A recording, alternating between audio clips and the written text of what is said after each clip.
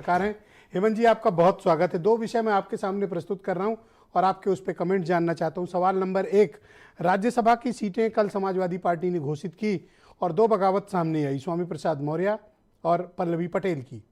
बाहर से भी अटैक हो रहे हैं सपा पर। बीजेपी ने भी जो टिकटों का बंटवारा किया या जिनको भी मेंबर ऑफ पार्लियामेंट बनाया, मैं आपको एक एग्जाम्पल देता हूं। चंदौली एक छोटा सा जिला है, दर्शना सिंह वहां से पहले राज्यसभा की सदस्य हैं, अब साधना सिंह भी उसी जिले से बना दी गई। सेम कम्युनिटी, छोटा सा जिला। तो बीजेपी ने भी तो कार्यकर्ताओं की अनदेखी की। ऐसा तो है नहीं कि सिर्फ इन्होंने की।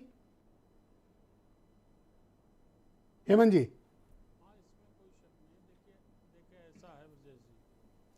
कि या तो आप मेरिट देख लो या फिर आप कास्ट कॉम्बिनेशन देख लो। चूंकि मेरिट आपको इलेक्शन जितवाती नहीं है, आपको जाति इलेक्शन जितवाती है। और जाति इतनी बड़ी सच्चाई है, जीत या हार की उत्तर प्रदेश जैसे राज्य में, खाली उत्तर प्रदेश क्या, मैं तो कहूँगा कि हिंदी भाषी जो बेल्ट है उसमें पूरे में जी, कि हर पार्टी को मजबूरन उससे चलना पड़ा। कांग्रेस आज तक जात पे नहीं गई। कांग्रेस की स्थिति आप देख लीजिए कि एक सांसद, दो विधायक, ये पूंजी कांग्रेस की जो अपनी जिसने जमाने तक इस देश में हुकूमत की है, तो वो चले नहीं जात पे। जो जात पे चला वो क्षेत्रीय छत्रप बन करके 4-4 बार मुख्यमंत्री, 3-3 बार मुख्यमंत्री, 5-5 बार मुख्यमंत्री बन गया। चाहे उत्तर प्रदेश लें, चाहे देख लें, चाहे बिहार आप देख लें। तो जाति जोड़ना तो जरूरी है। अब यहाँ भी एक समस्या थी, भाजपा की लिस्ट में भी 3 ओबीसी दिए उन्होंने। और मुझे लगता है कि नवीन जैन का जो, जिनको अल्पसंख्यक बता रहे हैं, उनका टिकट तो इसलिए हुआ है कि अनिल जैन का टिकट नहीं हुआ और अनिल जैन को संभवतः। अरे सर, मैनेजमेंट कोटा भी कोई चीज होती है सर। साहब, मैनेजमेंट कोटा तो होती है, लेकिन मैनेजमेंट कोटा, हाँ ये भी बात सही कहा ये भी बात आपने सही कहा, मैनेजमेंट कोटा भी एक कोई चीज होती है जी। हाँ, नहीं, ये स्वामी प्रसाद क्यों अचानक से इस्तीफा दे दिए और ये पल्लवी पटेल क्यों मुंह फुलाई हुई हैं, ये क्या कारण है?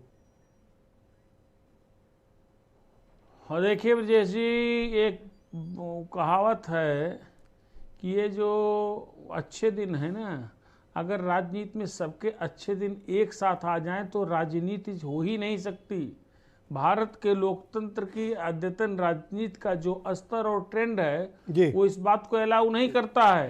तो किसी के अच्छे दिन रहेंगे तो किसी के खराब दिन रहेंगे। आपने अपने इंट्रोडक्टरी स्पीच में बात कहा कि किसी के अच्छे दिन रहेंगे तो किसी के ज़्यादा अच्छे दिन हो जाएंगे, किसी के ज़्यादा खराब दिन हो जाएंगे।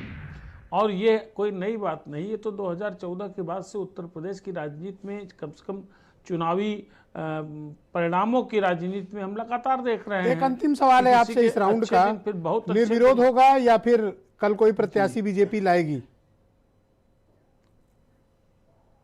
अब मुझे नहीं लगता है। हालांकि मुझे शुरू में जब 7 कैंडिडेट्स की पहली लिस्ट आई उत्तर प्रदेश की भारतीय जनता पार्टी की राज्यसभा के लिए, तो मैंने आपके चैनल पर अपनी पहली टिप्पणी में कहा था कि 7 कैंडिडेट दिए हैं लेकिन 8वां कैंडिडेट उतर सकता है। ये मेरा अजम्पशन था। भारतीय जनता पार्टी ने जो रिसेंट, हाँ, लेकिन कराना होता तो आज ही करा देते। अब लगता नहीं कि 8वां कोई प्रत्याशी आएगा। मुझे निर्विरोध की उम्मीद ज्यादा है जी।